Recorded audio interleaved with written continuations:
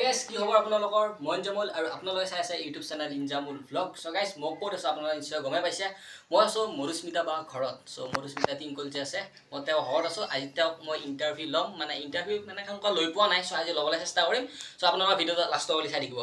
কোন আছে আপোনালোকক চিনাকি কৰি দিব প্ৰয়োজনে নাই। সো madhusmita বা আছে আমাৰ লগত। নমস্কাৰ। বা খবৰ কেনেকুৱা আপোনাৰ? ভাল। সো আমি এতিয়া বা কিছুমান নজনা কথা জানিবলৈ চেষ্টা কৰিম। সো আহক ভিডিওটো আৰম্ভ কৰোঁ।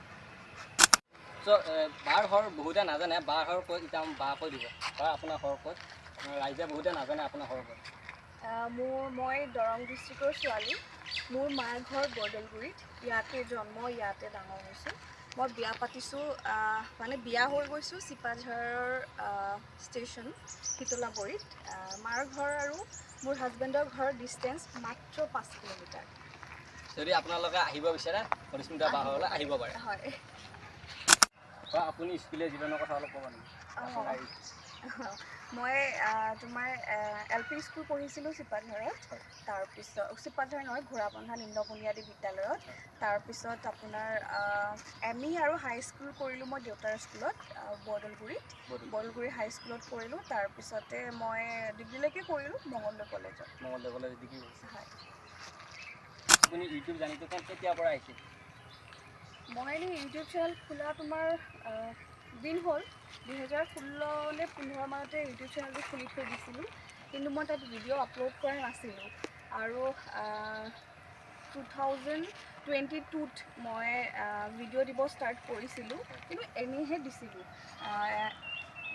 এদিন যদি দিওঁ দি পেলাই আকৌ মোৰ নেক্সট ধৰা 6 মাহলৈ খবৰ নাই কণ্টিনিউ কৰা নাছিলোঁ কিন্তু যোৱা বছৰৰ পৰা 2023ৰ পৰা কণ্টিনিউ হৈছে এবছৰ বুলি ক'ব পাৰে আৰু এতিয়া মোৰ ইউটিউব জাৰ্নিটো আপুনি যেতিয়া ইউটিউব চেনেলটো ষ্টাৰ্ট কৰিছিল গাঁৱৰ মানুহে ঘৰৰ ফেমিলিৰ পৰা কিবা সেনেকুৱা ধৰণৰ মানে কিবা আহিছিল নেকি পাইছে মানে কেনেকুৱা পজিটিভ নে নেগেটিভ বা পজিটিভ আপোনাৰ নাই মই যিহেতু যিসকলে নাজানে মই আৰু এবাৰ কৈ দিব বিচাৰিছোঁ মই যিহেতু 2013ৰ পৰাই মই আছামিজ ফিল্ম ইণ্ডাষ্ট্ৰীৰ লগত জড়িত মই অভিনয় কৰিছিলোঁ গতিকে এইটো মোৰ কাৰণে একেবাৰে সৰু কথা নৰ্মেল কথা আৰু মাহঁতৰ ছাপোৰ্ট প্ৰত্যেকটো কামতে সদায় আছেই আৰু মাহঁতে ভালে পাইছে আচলতে এনেকৈ কৰিম বুলি আৰু ময়ো প্ৰথমতে ইউটিউবটো চিৰিয়াছলি লোৱা নাছিলোঁ এনেইহে ঘৰত বহি ভিডিঅ' বনাইছিলোঁ গতিকে নিগেটিভ বুলি ক'বলৈ একোৱেই নাছিলে কিবা বেলেগ মোৰ প্ৰব্লেম হৈছিলে এইটো বেলেগ কথা ধৰা ভিডিঅ' বনাবলৈ ষ্টেণ্ড নাছিলে বা স্পীকাৰ নাছিলে আৰম্ভণিতে বহুত কিছুমান বস্তুৰ অভাৱ আছিলে এতিয়াও মোৰ অভাৱবোৰ গোটেইবোৰ শেষ হৈ যোৱা নাই কিন্তু যদি ক'ব যাওঁ কোনো মানুহৰ পৰা মই নিগেটিভিটি পোৱা নাছিলোঁ কেৱল ঘৰৰ ফেমিলিৰ পৰা মই অকল ছাপৰ্টেই পাইছিলোঁ বা আপুনিতো জুবিন দাৰ লগত কিছু দিন পাৰ কৰিছে হয় তেওঁৰ লগত মানে কটোৱা দিনটো কেনেকুৱা আছিল ভাল মানে তেওঁৰ লগত কটোৱা মানে তেওঁক আচলতে মই প্ৰথম কামৰ কাৰণে লগ পাইছিলোঁ আৰু এতিয়ালৈকে যিমানবাৰ তেওঁক মই লগ পাইছোঁ কেৱল কামতে লগ পাইছোঁ আপোনালোকে হয়তো দেখিছে মই এটা প্ৰথম মিউজিক ভিডিঅ' কৰিছিলোঁ তেওঁৰ লগত মোৰ মনেৰে কল্পনা হয় তাৰপিছতে তেওঁৰ লগত কাম কৰিছোঁ আৰু মই আগতেও বহুতকেইটা ইণ্টাৰভিউত কৈছোঁৱেই তেওঁ বহুত ফ্ৰেণ্ডলি হয় তেওঁ বহুত ছাপৰ্টিভ হয় নিউকমাৰবিলাকক বহুত ছাপৰ্ট কৰে গতিকে তেওঁৰ লগত কাম কৰি মোৰ বিৰাটেই বেছি ভাল লাগিলে ইউটিউবৰ বাহিৰে কিবা বেলেগ ড্ৰিম আছিল নেকি মানে অভিনয়ৰ বাহিৰে না আপুনি ভাবিছিল নেকি সৰুতে মই অভিনয় কৰিম সৰুৰ পৰা মই এগৰাকী অভিনেত্ৰী হৈয়ে সপোন দেখিছিলোঁ সদায় মই অভিনয়ৰ কাৰণে পাগল আছিলোঁ আৰু হয়তো নমৰালৈকে অভিনয়ৰ প্ৰতি মোৰ যি ভাল পোৱা আছিলে সদায় থাকি যাব আৰু আকৌ যদি মই সুবিধা পাওঁ আকৌ ঘূৰি আহিম অভিনয় জগতখনলৈকে গতিকে সেয়াই মোৰ বেলেগ একো সপোন নাছিলে কিন্তু থাকিব লাগে মানুহৰ বেকআপত এটা থাকিব লাগে এটা নহ'লে ছেকেণ্ড অপশ্যন ৰাখিব লাগে মোৰ কিন্তু নাছিলে মোৰ এতিয়া ছেকেণ্ড অপশ্যনটো যি আহিছে ভগৱানে নিজে ইউনিভাৰ্ছে নিজে দিছে নিজে আহিছে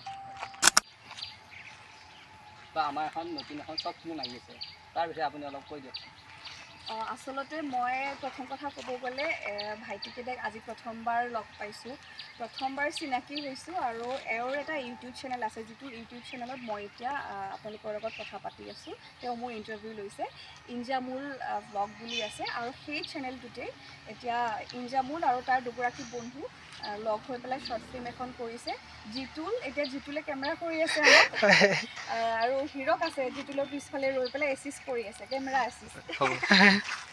হয়, গতিকে এই গোটেইকেইটা লগ হৈ পেলাই এটা টিমত শ্বৰ্ট ফিল্ম এখন বনাই আছে। তেওঁলোকে যি প্ৰয়াস কৰিছে আপোনালোকে অকণমান উৎসাহ দি পেলাই আগবঢ়াই লৈ যাব, আৰু বেষ্ট উইচেছ মোৰ ফালৰ পৰাও তোমালোকলৈকে শুভকামনা থাকিল। আৰু শ্বৰ্ট ফিল্মখনৰ নামটো মই কৈ দিছোঁ, আধৰুৱা সপোন। লিখিছে জিতুলে, হিৰকে কেমেৰা কৰিছে, আৰু ইনজামুল, আৰু লগতে আৰু কোনোবা অভিনেতা অভিনেত্ৰী আছে মই নাজানো, আছে বাৰু। হয়। চ' আমি সকলোৱে আগ্ৰহী চাবৰ কাৰণে।